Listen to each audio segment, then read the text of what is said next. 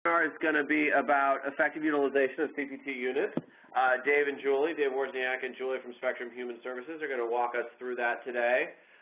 So we're going to do a little recap of what happened last week, review our action steps, and then we're going to go through the CPT weights, what's the service mix, why is it important, how to use the CPT tab on the benchmarking tool, how it can be useful to you, and then also look at how staff service mix is different. We'll talk a little bit about action steps, and then we will wrap up. Okay. So what we're hoping that you did over the last couple weeks is kind of sit down with your staff and go over your unit of service, and then is your definition actually accurate? Is your definition actually accurate? And are we, and how do you consider converting to the CPT weighted steps? And then if you are interested in converting to CPT weighted unit system, what steps do you need to take in order to make that conversion? So we're hoping that from the last webinar you kind of were able to do that over the last couple weeks, and hopefully last week on the Q&A and the office hours you were able to get any questions you had answered. So we're going to, as we usually do, and Evelyn, if you can just kind of activate the polling questions. So we have 3 polling questions for you today. Did you log in alone or as part of your core team? Just to answer those real quick. Who's on the line? Finance, clinical leadership, clinicians, or professional staff? And then do you feel like you understand how changing your service mix impacts your clinic finances? So Evelyn, if we could just give people, I don't know, 45 seconds or so to answer these, and then close down the poll. We'll get the answers, and then we'll move on to the content for today.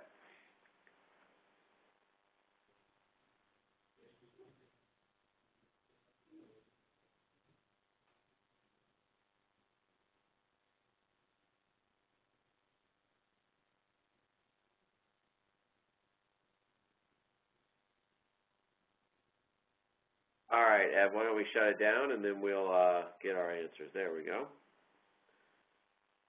And sometime over the course of these 10 webinars, I am going to license the Jeopardy music, so it's actually getting a little quick. So it looks like most folks are logged in by themselves, or some other folks are logged in with more than one person, and the vast majority of folks are either clinic leadership or finance staff today. And then most people feel they have an understanding of some of the systems, so we're starting from a pretty good place in terms of folks having some understanding of the system. So with that, I am going to pass this back to, if I can get the polling question to log off, I'm going to pass it back to Dave and Julie and let them take it from here. All right, Dave, you should be the presenter now. Okay, thanks. Thanks, Andy, and welcome everybody once again. I'm Dave Wozniak, CFO of Spectrum Human Services, and I'm once again joined by Julie Gutowski, who's our Director of Clinic Operations here at Spectrum. And today we're going to talk about effective utilization of CPT weights and spend some time talking about service mix. We're going to really take a look at this in 2 general areas. One would be a very broad brushstroke view of service mix using the CPT tab on the benchmark models, talking about what that tab is useful for, how you may put that into play for your clinic. And then we're going to spend some time talking about service mix. We're going to drill down more to the individual clinician level.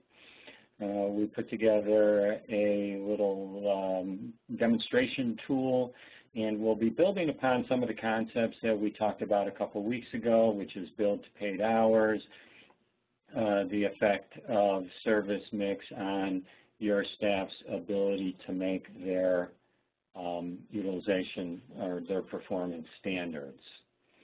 So, what's service mix? This is pretty simple. Service mix is a distribution of service across the billable CPT codes represented as a percentage of the total service. You'll see on the screen right now is a little truncated rendition of the CPT tab on the benchmarking model, and the yellow column on the right is where you put in your service mix. As an example, in this example here, about 5% of the total clinic visits are initial assessments and diagnostic and treatment plan, 5% are psychiatric assessments, and so on, to a total distribution of 100% of your units across your CPT weights. It's a very simple concept and it relates to service mix. Spend a couple minutes talking about why it's important. Really taking a look at what your service mix is and counting them by CPT codes really provides you an understanding of how services are actually being provided, and can provide some very useful information. The first piece of information is related to efficiency.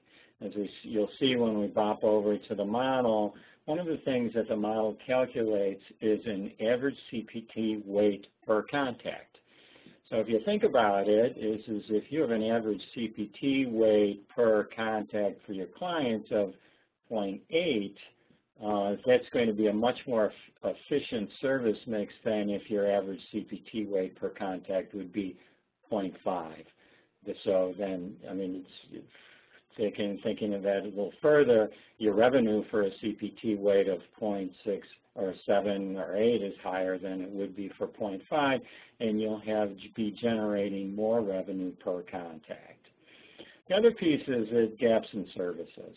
One of the things that I've come to understand over time is what I think is happening and what is really happening sometimes are two very different things.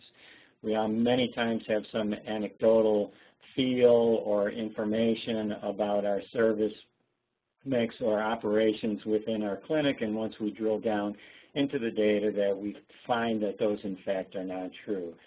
Because you may find that you have gaps in service. You may have necessary services that are being underprovided in relation to identified need, and I think that's an important piece of having a more robust feel for your service mix and assuring that they're meeting the needs of your clients.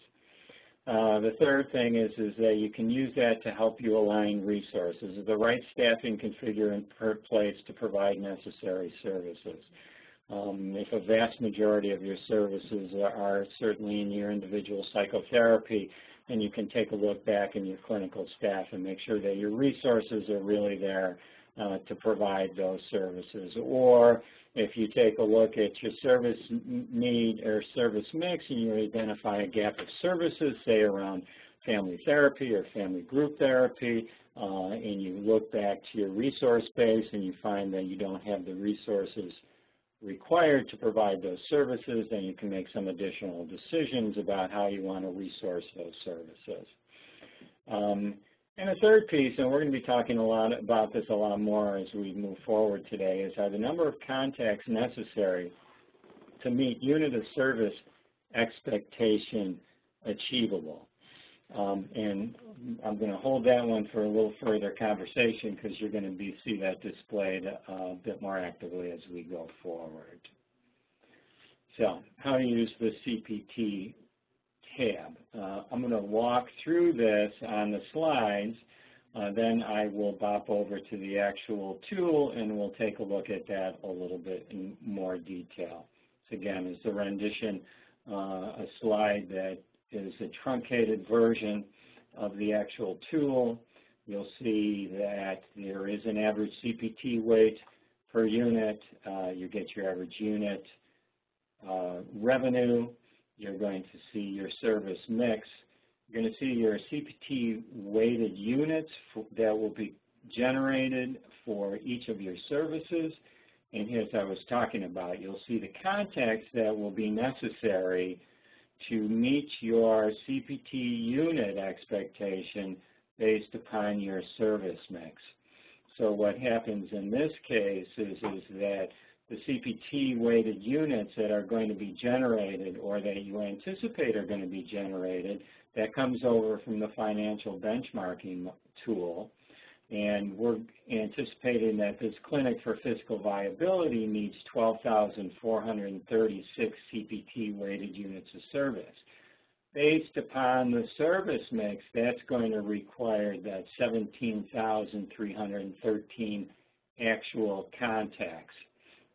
That actually is running off an average CPT weight of 0.7183, which is a relatively high weight. As your service mix changes, based upon the changes, then your average CPT weight is going to go up, and then your number of contacts is going to go down. If your service mix is such that your average CPT weight goes down, then your number of contacts is going to go up. So this is an important piece in how the service mix affects your average CPT weight, and then also affects the number of contacts that are going to be required to make your weights.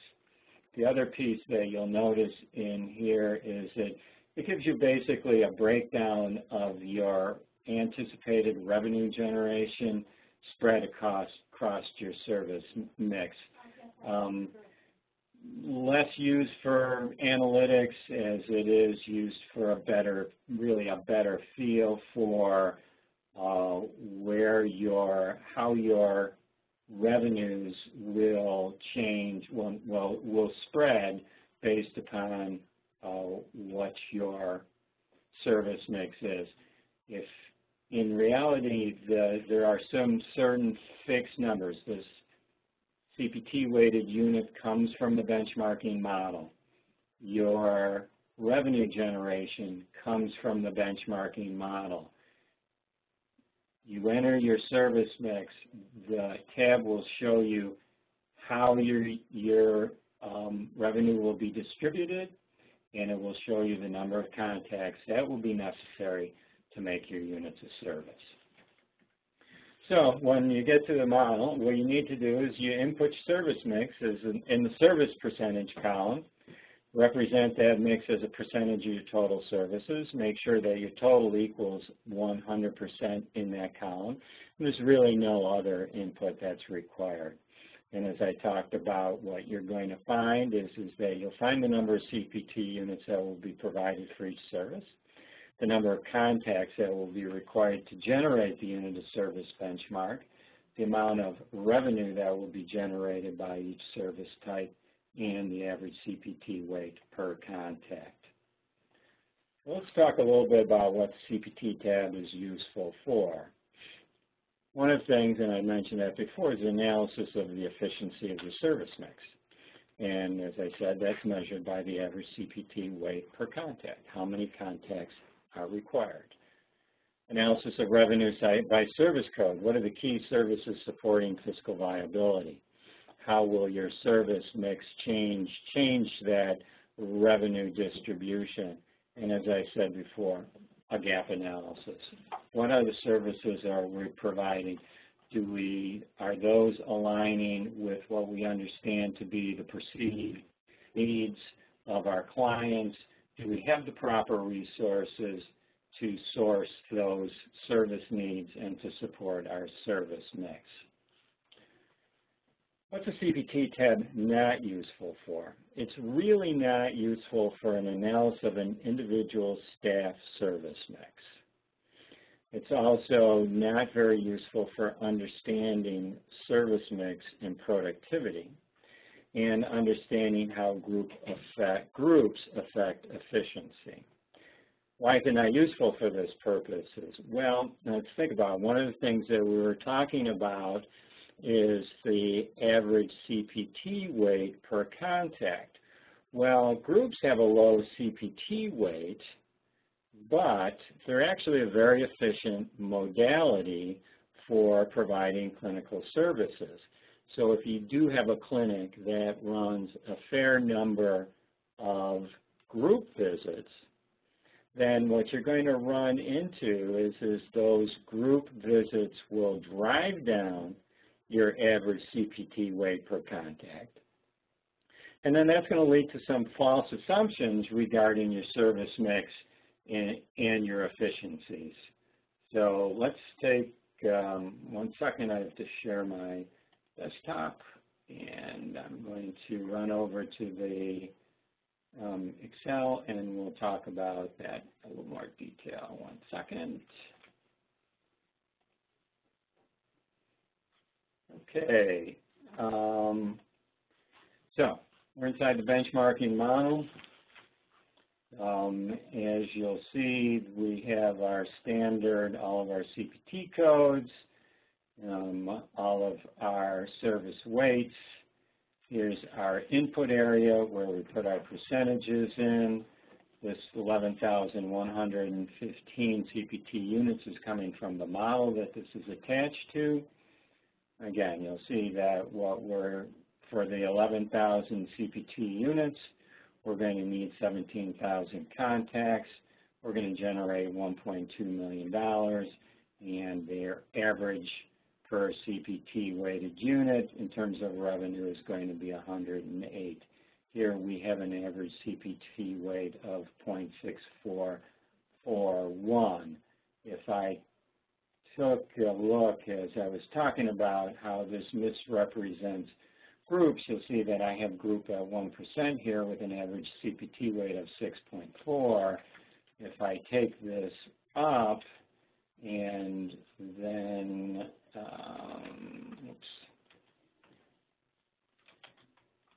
change this down, you'll see that the CPT weight, average weight, was driven down.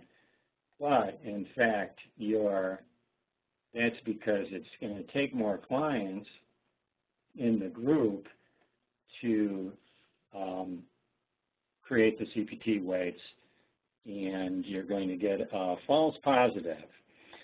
So one of the things we thought about then doing is that service mix at the organizational level as it relates to the CPT tab provides some very useful information in a broad brush stroke. What it doesn't provide is that individualized analysis of service mix by staff and by staff type. So what we did is we put together a little calculator to demonstrate some of the concepts that we want to talk with you about today and how service mix affects primarily the ability of your staff to meet their productivity expectations. So what do we have here? We have a model that takes into consideration some additional factors that are not actually in the CPT benchmark model. What it does is it incorporates the concept that we talked about last time of billed hours to paid hours. And you'll see at that concept what we've done is based upon your input parameters here, we've broken down the actual time into your leave time hours, your billed to paid hours, and all other hours that include the accommodating no-shows, unfilled cancellations, paperwork, supervision, training. So in this case, what we have is we have a staff who works 40 hours a week. They have a 15% leave time benefit, and their standard is 58% billed to paid hours. At a 40-hour week, this individual will be paid 2,080 hours. They will be off-site using their leave time benefit for 312 of those hours. We anticipate that they will be providing billed hours for 1,206, and the remaining 562 hours will accommodate no-shows, cancellations, unfilled cancellations, training, supervision, travel from site to site, meetings that you may require them to be in, grand rounds, all those other kinds of activities that are important to support the clinical operations but are not billable. Well, we also have to take into consideration, and you're going to find that this is a significant variable when we take a look at productivity for staff, we had to accommodate two more variables. One is the amount of time that it takes to provide a unit of service. So as an example, and the other piece is, as I talked about before, if you're doing a lot of groups, group is an efficient modality, but would drive down your average CPT weight per unit and give you a false view of your efficiency. So we needed to take into consideration how much time is spent. We also need to take into consideration the number of individuals in each group. So we'll circle back here. We have our service mix. We have our unit of service expectation in CPT weighted units. We have the amount of time allowed or taken to provide a unit, and that's represented as a percentage of an hour. We have the number of groups. This individual has 12 holidays, takes on average 8 sick days, takes 3 personal days, and has 15 vacation days. So 38 days, this individual will not be available to provide any services. That's a 15% leave time benefit. And again, what we have is an individual here. And you'll notice that the actual time that it's going to take this person to provide their 1,206 is exactly equal to their billed to paid time, and that is because the amount of time that they're going to take to provide a service is exactly equal to the CPT weight.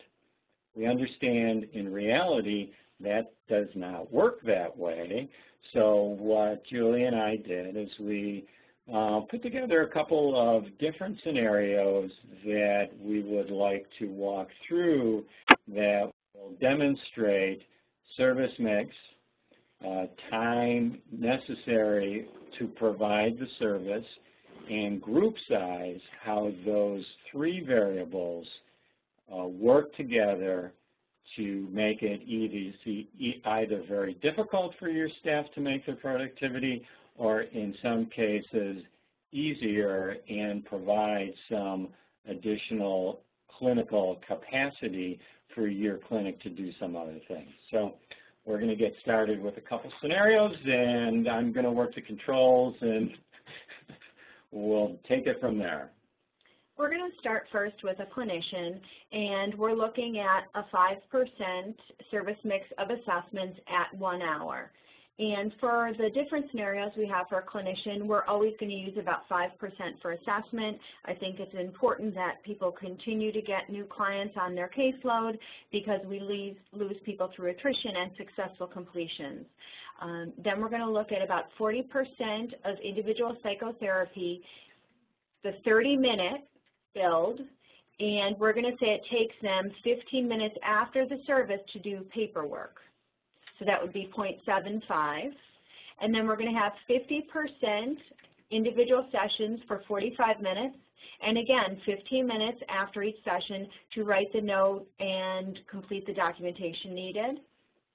5% for group with 3 individuals attending the group, and we have that at 1.25 because the reality is you're writing more groups when you're writing more notes rather than when you're writing for groups.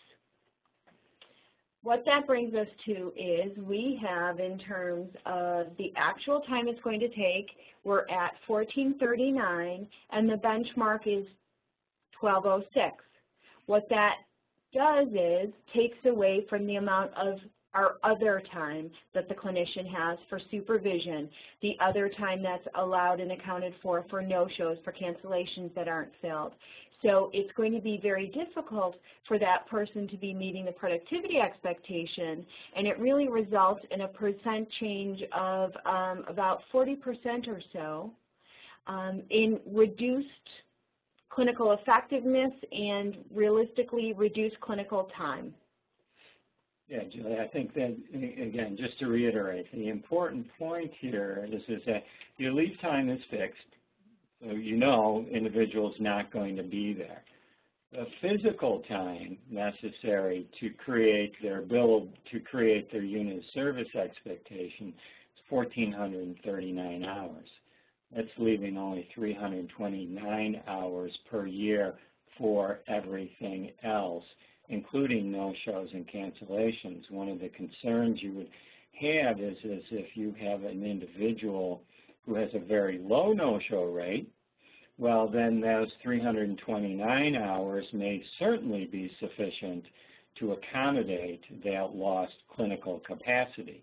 If you have somebody who has a very high no-show rate, then it is going to be very difficult for that individual to be able to accommodate the 439 hours because this 329 hours for others is just not sufficient to cover their no-shows. And when that's not sufficient, then they're not going to make their productivity expectation. What falls in this model when you can't cover your no-shows with unbillable time is that your actual unit of service production will fall. And also, if then you have to start looking at clinicians and think, okay, I need to hit my productivity, what am I going to do? And they start taking out the other time, which is valuable and important, like supervision, then there isn't any time for training. So it really has a lot of impact, not just focused on the units of service, but also morale and people interested in improving their skills. So if we have the same exact scenario and we're going to have 9 people in this person's group. The only thing we're changing is the number of groups. So we went from 3, which for those of you guys who have heard me before, I'm not great at math, but I know that 3 doesn't break me even and I need to have a little bit more than that in group. 9 is going to give me a nice buffer, but it's still not going to be enough. It's going to move me to 1416 against my 1,206 benchmark, and I'm still at minus 37% in terms of clinical time that could have been utilized if I were more efficient. So as management and as you're taking a look at this tool, one of the things that is always important to me is sensitivity of the variables. So if you're making decisions in your clinic and you really have to be making decisions and investing in changes that's going to return value. Now, as Julie said, a group of 3 is insufficient because if you're going to take an hour and 25 minutes to provide a group and you have a CPT weight of 0.32, well, you're really going to be being reimbursed for less than an hour of time, and that's going to be a financial loser as it relates to your inputs and your outputs. But when you go to 9 as a group, which is a relatively large group size, it didn't make a huge difference in freeing up time for your individual staff. A group modality is a very important and can be a very efficient way of doing service, but beating people over the head for having 6 people in a group instead of 9 people in the group is maybe not the best place for you to be focusing your energy. I think the minimum group size from the financial standpoint, and probably from the clinical standpoint also, minimum group size is an important variable and an important factor that you need to be working with your staff around. But the difference between 9 and 10, I wouldn't waste too much time honing in on that variable. And that's a really good point, David, because when I'm working with the individual staff to talk about their productivity and what do I think are the barriers, what I really try to do is look at what areas am I going to get the biggest bang for my buck. Okay, and so if I want to make a bunch of suggestions to staff, I typically do it all at one time, and I really highlight and focus on, I really think you should do A, B, and C, and then I come back and I check with them a month or 2 later to make sure that A, B, and C was really helpful, because if it's not and I've only moved their productivity up an insignificant amount or not enough to hit their productivity expectation, the reality is future advice probably is going to be discounted in terms of value to the staff. So now what happens if I have a staff member who is running inefficiently their service mix and they have a higher leave time, somebody who's been here a considerable amount of time, let's say they take 12 sick days, 6 personal days, and 20 vacation. That really moves us to,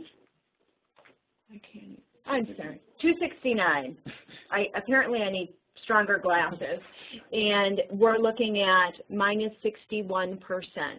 So even if the reality is if you have a staff and they have a considerable amount of sick time because they've been with your agency for a long period of time, many of those individuals have really great clinical skills, and so they could potentially absorb the no-show rate because theirs is going to, I'm going to assume, be lower than other people's, but I can't see how somebody could make up that minus 61% of clinical time. Yeah, and again, the important factor here is the ability of your staff to meet their unit of service expectation. And in the scenario, this is sort of our worst case scenario here, is that an individual takes an hour to provide a 45-minute visit. And there's a difference between what your clinic expectation is, if you have one, and what the reality is. If you sit down with your staff and say, okay, we understand that there's paperwork time and, you know, you need an extra 15 minutes and, you know, God forbid you should have to go to the bathroom, blah, blah, blah, and then you end up saying, it's okay, you can take an hour to do a 45-minute visit, and you can take 45 minutes to do a 30-minute visit. If that's the standard in your agency, then I think there is going to be some real concerns and difficulties in your staff having enough time to actually meet their unit of service expectations. Then when you put on top of that a leave time benefit that sits outside of the norm and sits outside of the benchmarking model, percentage of leave time to paid hours is a variable that you put into the model. And we understand that that varies by staff. Your staff who have been there longer will have a higher leave time benefit in most cases than the new staff, and that will wash back and forth as it relates to the entire clinic. But when you get down to the individual person and the struggles and that they may be having, it becomes an important variable. Talk about variables, we were at 40% difference in the other time, a loss of other time, and then when you included a higher leave time benefit, that went to 60%. Now, there's not a lot that you may be able to do about that, but it is an important consideration as you work with your staff who have been there longer of how they could physically be able to have enough time to do their units of service. And I think it's really an important distinction because the conversation that we have with staff who have earned by being long-term employees and loyal to the agency, they have earned that time. So what that means is while they're here and they're on site and doing billed work, that they're going to have to work a little bit harder because at the end of the day, it's 2,080 units, CPT-weighted units, that need to happen. It's not, I was off this week, so I don't have a productivity expectation. So if we take that same exact scenario and we look at providing concurrent documentation, which we know is helpful in terms of productivity, it's also really helpful in engagement in making a client's voice one of the primary drivers of treatment. So if we start and we do an assessment in an hour, a 30-minute individual session in 30 minutes, a 45-minute individual in 45 minutes, And the group still, because it's difficult to do concurrent documentation. I don't know of anybody who really does that in group for the most part. If we still kept that at 1.25%, let's see what it does to the numbers.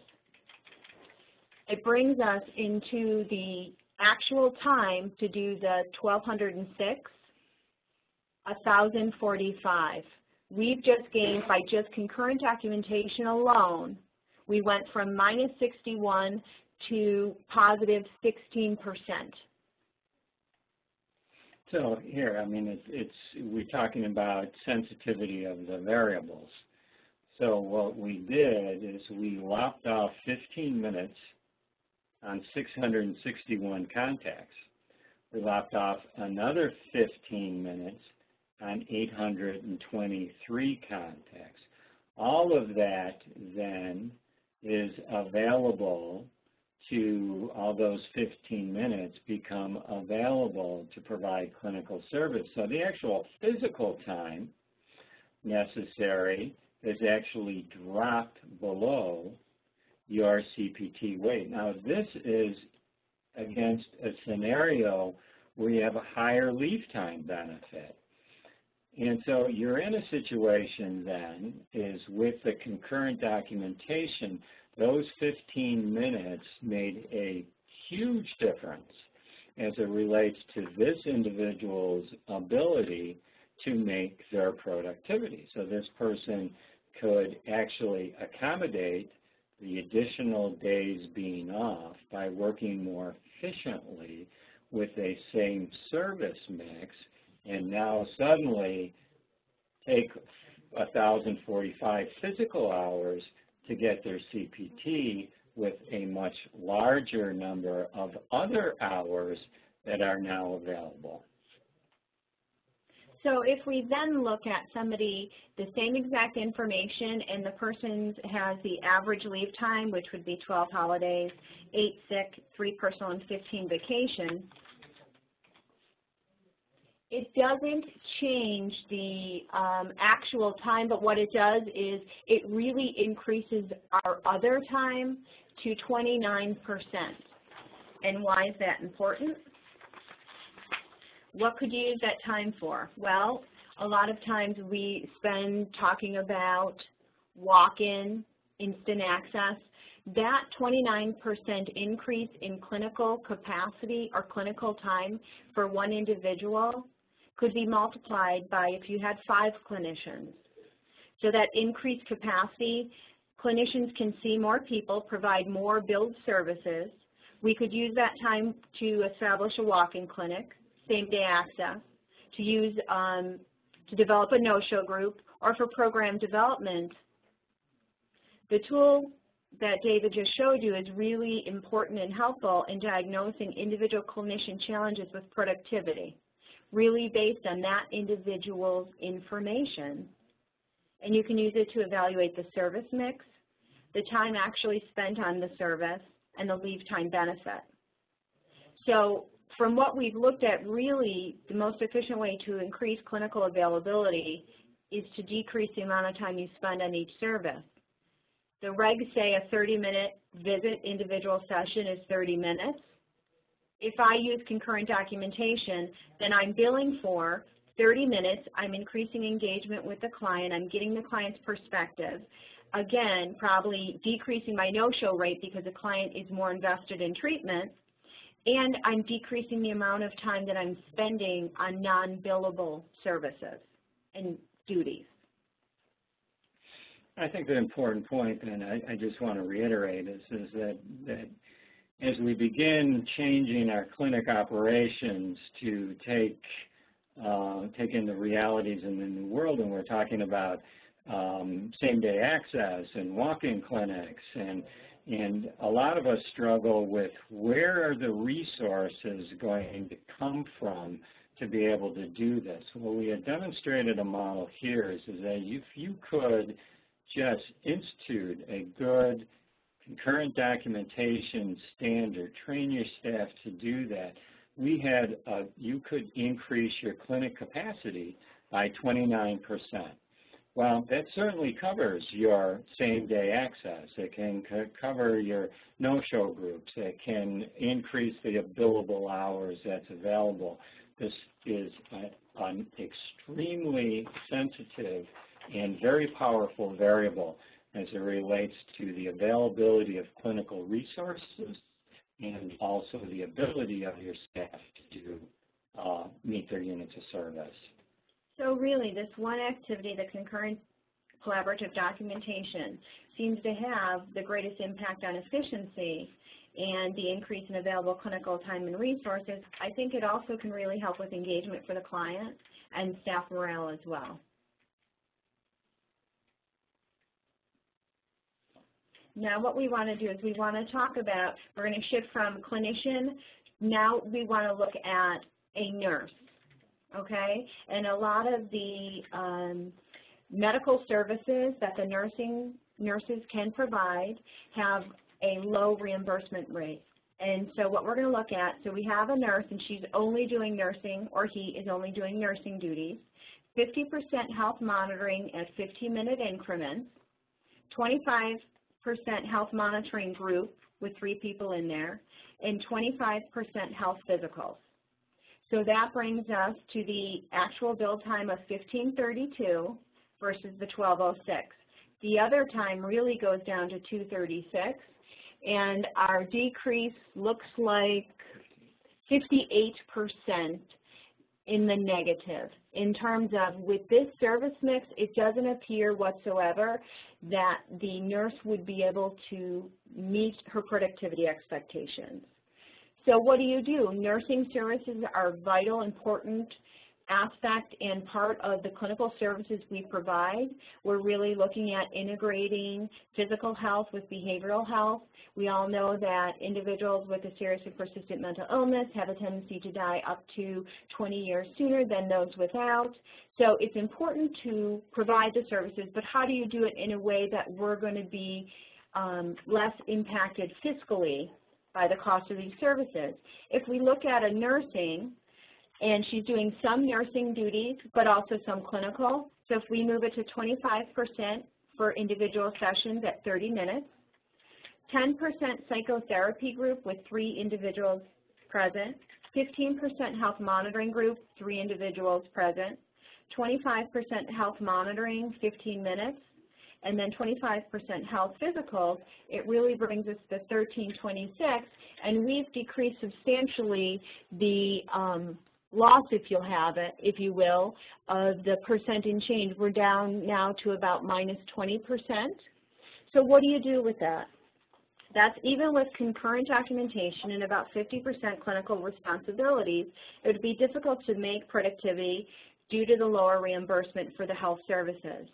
It then becomes a programmatic decision as to whether the services are vital enough to be in part supplemented by other clinical staff, i.e. not have 100% direct care expectations for nurses. You may set it lower so it's more achievable, but what happens then is you increase the productivity responsible for the other clinical staff members. How do you make that happen without the clinical staff feeling more burdened? If we looked at that extra 16% of time that we bought by using concurrent documentation, somebody with an efficient service mix, doing concurrent documentation, having 9 individuals in the group, that's where you can support the weight of the nursing responsibilities. If you have a pizza, we could either cut it into 6 slices so everybody's even, or if we cut that same pizza into 6 slices, but I have 1 smaller piece, the other 5 have to be larger. Particularly with nursing staff and physical health services, the service mix can have a tremendous impact on the ability to meet productivity standards, and you really have to look at how are you going to support those vital services that you need programmatically with the productivity of the clinic as a whole. Thanks, Julie. So to sort of just review a little bit, obviously service mix is a very important factor and function of your clinic. You want to assure that your service mix is aligned with the known needs of your client base. You want to be thinking about service mix as having efficiencies and inefficiencies as it relates to the provision of services.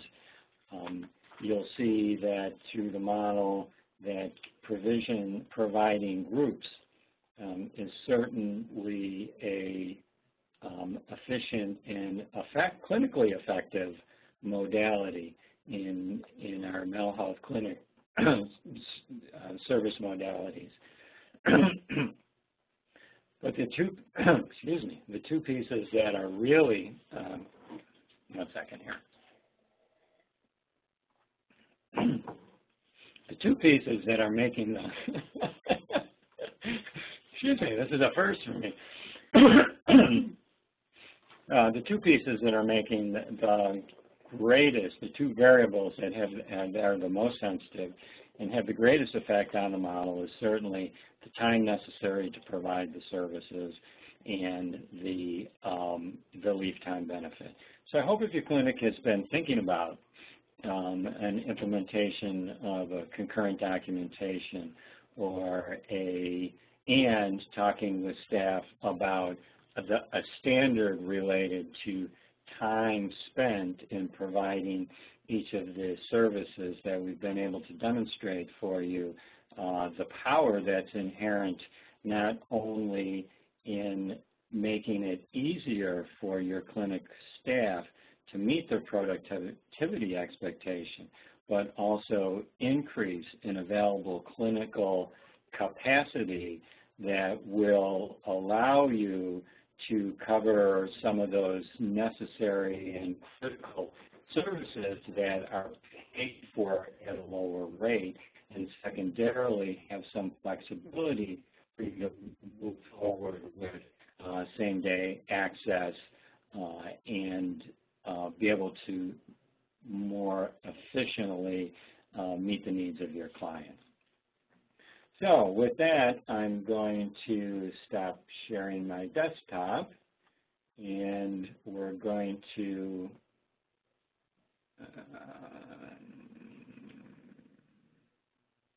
see if I can get this to work.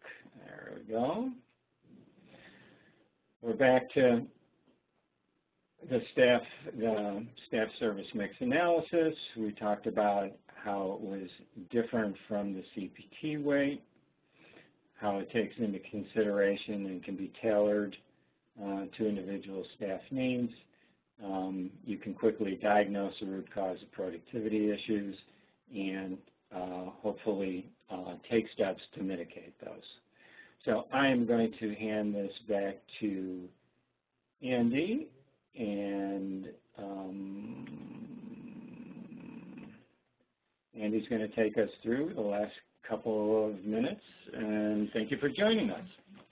Okay, thank you, Dave and Julie, so much. I just want to ask one question that come in while we were waiting, and I think Donna provided an answer, so I just want to double check with you, Dave, to make sure. So the tool that you were using is not available. The calculation tool is not available yet, but you're working on it. It should be available shortly to folks to be able to use? Yeah, that's correct. What we've done is we really put it together specific to this presentation, and as I was putting it together, it became clear that it might be a useful tool for folks. So what we're doing right now is we're just running quality assurance against it. To make sure that all the calculations are in, and as soon as that process is done, we'll post it and people can take a run at it. All right, so for everybody on the webinar, as soon as we are done with kind of doing the QA testing, we will put it online and we'll let folks know that it's online. So it was a very useful tool, and so people will be able to use it.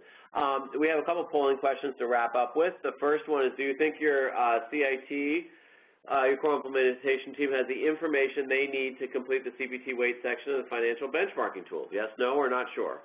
So we just, Evelyn, I just give people another 15 seconds or so to answer this one, since you've had it up for a little while, and then we will go on to the next one.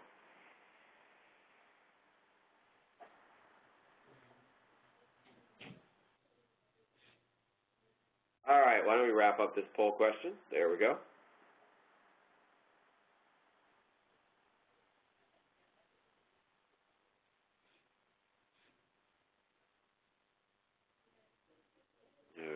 should be about there.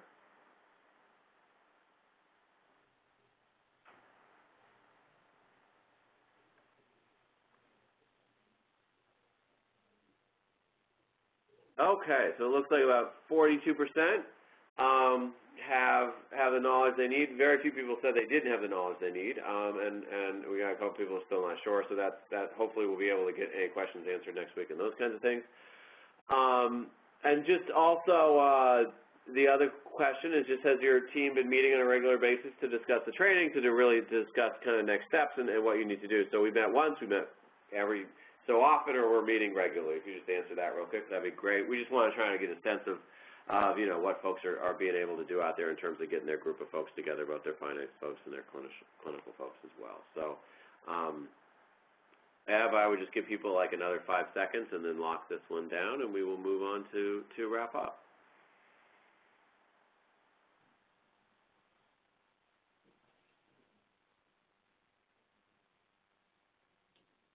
Okay, so just as soon as we get this thing scored, we'll publish the results, and then we'll move on to wrap up the webinar for today.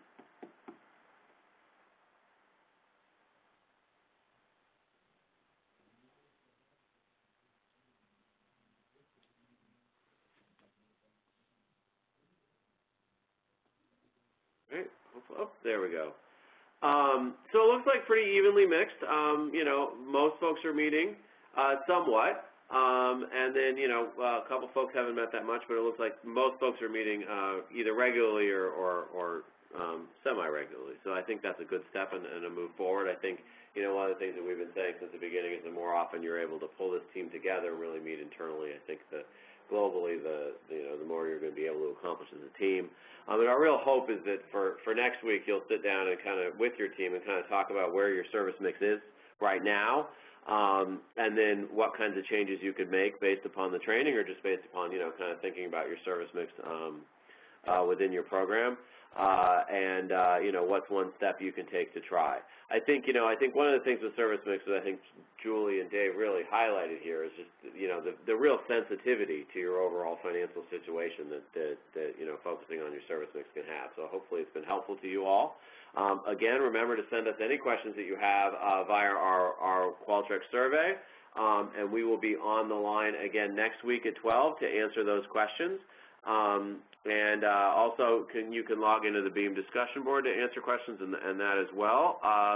And we really look forward to talking to you again next Friday, for those of you who join the office hours next Friday. And in 2 weeks, we will have you again for another content webinar. So I hope all have a nice weekend. Hopefully the weather will clear up and make it a nicer weekend, at least in New York City. It's raining. I don't know where it is, how it is the rest of the state. But I look forward to speaking with you all again next week, and then as this process keeps going throughout the BEAM process. So I look forward to talking to you all soon, and hope everybody has a nice weekend. Take care, everybody.